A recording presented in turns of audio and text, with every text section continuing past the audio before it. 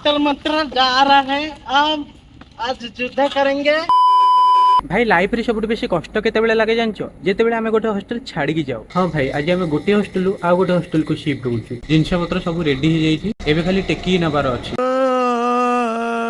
भाई आमे समस्त बहुत कष्ट रे जिनस पत्र टेकी नेला बेले ये हमर इंटरनेशनल ट्रिप रे आसला बेले आछि। वो अलग ही लेवल का बंदा था। भाई ए रूम रे आमे रहउतलु आ एबे ए रूम आमे छाड़ी की जाउछु। बाय कर दियो। आ एटा होची हमर बॉयज हॉस्टल जोटी के हमर 2 वर्ष पूरा कटिथिला। भाई एमाने को देखो केमति नउछन, वाह मानने को पड़िबो। जंतर मंतर जा रहा है, अब आज युद्ध करेंगे, अब फाइट करेंगे, जाएंगे। ठीक है, बाय बाय। दिल्ली बोली टाकी से जाउछु भाड़ा को प्रोजन।